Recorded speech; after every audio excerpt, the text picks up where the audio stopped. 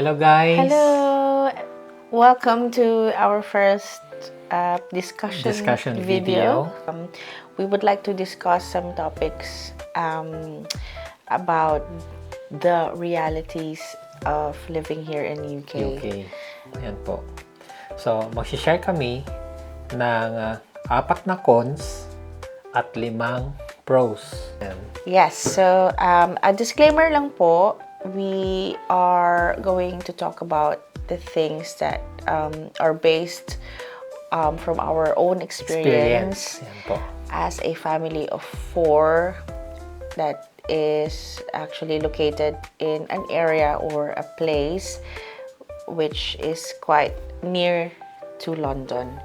Doon muna tayo sa cons or yung mga Start tayo sa cons. mga downside na naranasan namin, let's see, or na-experience namin while living here in UK. Alright, so number 1 is the weather. Of course, the weather. So ano ba yung, bakit ba weather? Ang isa sa mga cons dito sa UK. Ano ba yung nararanasan natin dito na weather? I think because we came from a country which is really tropical or mainit dun sa pinanggalingan natin.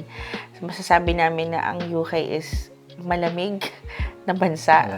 It's tama. very cold, especially during winter times. And napansin din namin na dito laging maulan. Ayan. Makulimlim. Makulimlim. Madalang umaraw. I think sa isang taon, in a year or within 12 months, parang 2 months or 3 months lang yung summer, yung maaraw. Tapos the rest, either sobrang lamig o kaya naman maulan. Gray lagi yung peg ng langit. Kaya may tinatawag sila dito na winter depression, I think, or tawag nila seasonal affective disorder, yung mood na may kinalaman sa weather.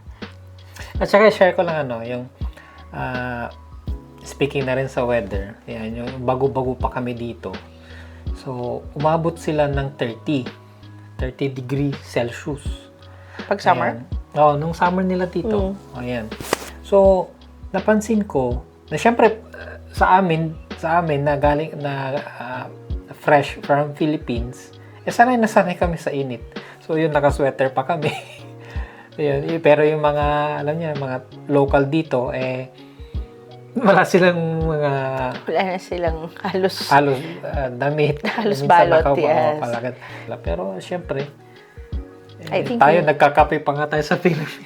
I also think na kasi mataas yung humidity, sabi nila, kaya sobrang init. Oo, iba yung feeling ng init din talaga. Lalo na ngayon, magti 3 years na kami dito, iba rin talaga yung summer.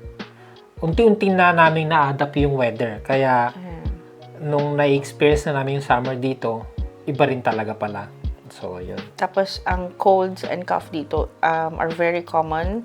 Oo. So, hindi nila tinitreat na infection yun. It's just because of the season, the changing weather. So, that's the first... Yan ang una, yung weather. Yes. So, pangalawa ay yung cost of living. Of course, the cost of living. So, alam naman natin or naririnig nyo naman na siguro na mataas ang cost of living dito sa United Kingdom. So, banggitin natin yung ilang examples na bakit mataas ang cost of living. So, sabihin na natin na dito sa area namin, kung saan kami nakatira, where our town is, ang 2 bedrooms o kaya 3 bedroom house. So, nakatira kami sa isang flat. So, hindi siya bababa sa 1,000 to 1,200 pounds. And if you convert that into Philippine peso, it would be... Yung 1,200, ayun, sinerge ko kanina So, 88,886.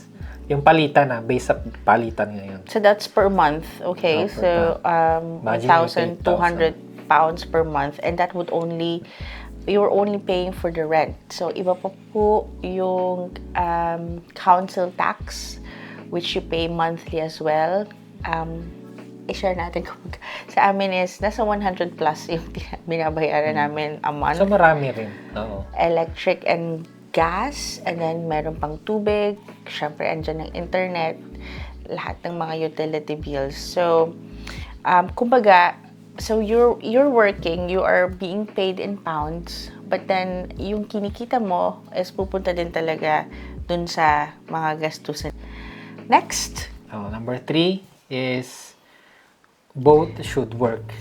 Ayan. Shep. Number 3. So, meron both kaming, should work. yes, meron kaming listahan dito. Kaya, so, of course, dahil mataas ang cost of living, hindi enough na isa lang yung nag-work sa isang Oo, household.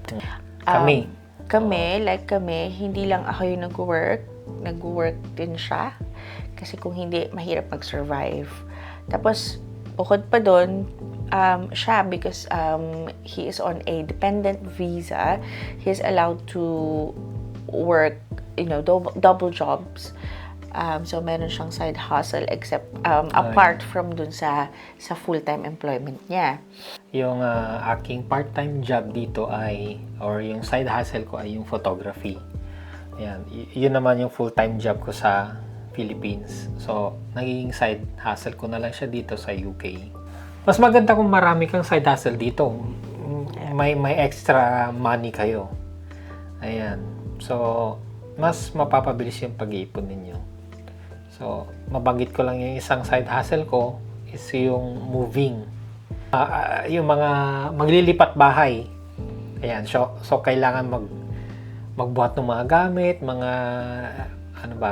appliances, mga furnitures. And then, kasi madalas yung mga naninirahan mga dito sa UK. Nagre-rent lang din Nagre-rent halos lang sila. din sila, halos lahat. So palipat-lipat. madalas sila palipat-lipat din. Palipat-lipat din sila. So, syempre, kailangan mo ng moving van. Minsan, tinatawag siya. So, isa pa yun na side hustle niya. Okay. So, punta na tayo sa 4 cons. Pang-apat. So, yung bilihin, specifically sa gulay at saka isda. Ayan. Mahal. Compare sa Philippines, nako, yung gulay napakamura. Siyempre, kumbaga, ang gulay, nandiyan lang sa tabi-tabi. Ayan, humingi ka ng malunggay, humingi ka ng saluyot, kamote. Fresh. Yung 50 Fresh, pesos mo. oo. 50 pesos mo.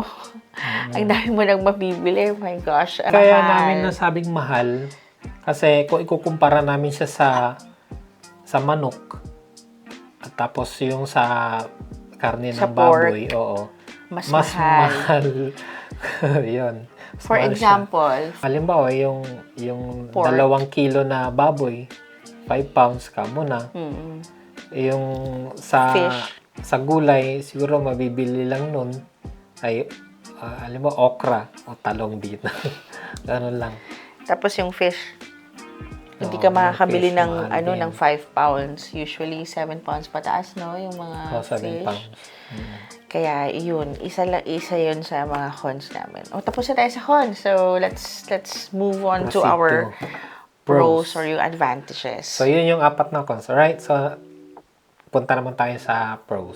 Alright? Of course, syempre kung merong pros dapat, o merong cons dapat may pros din. So, one pro na experience naman namin na nagugustuhan ko is yung no extreme natural disasters. Walang earthquake. Walang tornado or walang brownout, walang volcano eruptions. Tapos, walang masyadong insects. Yung halimbawa, langaw, Lamok. ipis, lamok, ganyan. Walang lamok, walang langaw. Siguro sa mga ibang lugar. O kaya siguro sa summer na. Yan, dahil gustong-gusto nila mainit na yung mga... May langaw din naman, pala. Mayroon din. Kaso, hindi siya ganun kalala. Ayun. Lamok, wala rin. So, wala pa akong narinig na nagkaroon ng dengue or malaria case. Oo. I don't know if I'm not Dahil aware na lang. talaga sa weather. Pero, walang masyadong So, ganon. no extreme, walang lindol, hindi pa, wala pa. Based sa experience namin, based sa experience namin. no. Hindi namin siya sabi na ever since hindi naglindol-lindol. Based sa experience namin, no? Yan. So, second is yung free healthcare Healthcare for kids. Free naman lahat, actually, kasi meron tinatawag na NHS dito. Pero ang masasabi ko lang, pagdating sa mga bata, libre talaga sila. Libre yung check-up, libre ang dental appointments, ang kanilang immunizations, pati pagka pina-check up mo, tas niresetahan ng gamot, all the medications are free. So, Free wala po, kang ibabayaran. Tapos, ang maganda pa, pag babakunahan sila, dadayo pa yung magbabakuna sa mismong school at libre lahat yun. Mag-i-email sila na, on this day, your child will receive a flu immunization, and then they will ask for the parents' consent. Yun ang isang maganda dito sa UK.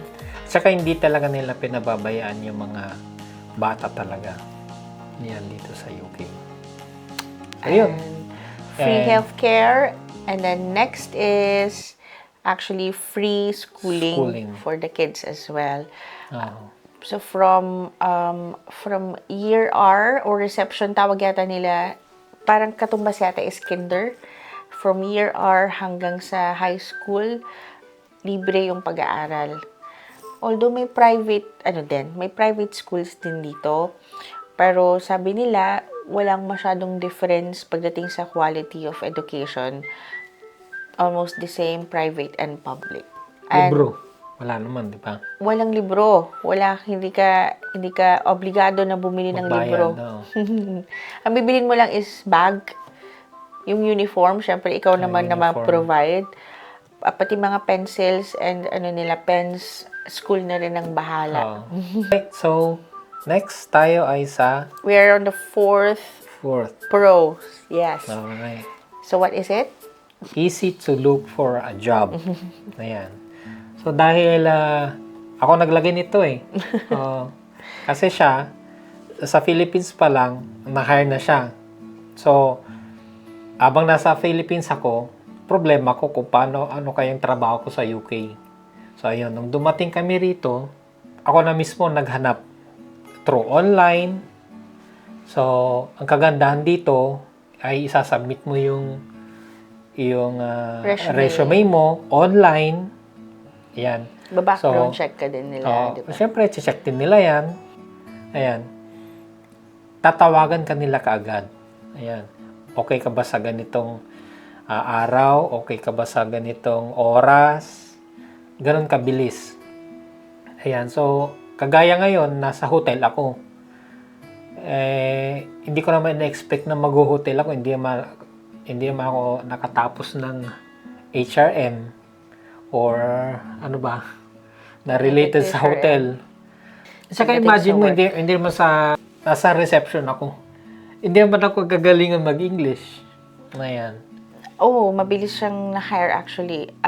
So hindi, siguro, not siguro, pero awat tulong na rin ng Diyos na nakahanap siya ng magandang trabaho na hindi naman napipigilan din yung paglilingkod namin. At saka merong sapat yung kinikita namin pareho para mabuhay ng maayos yung saka pamilya idagdag namin. ko lang yung trabaho ko pa is panggabi.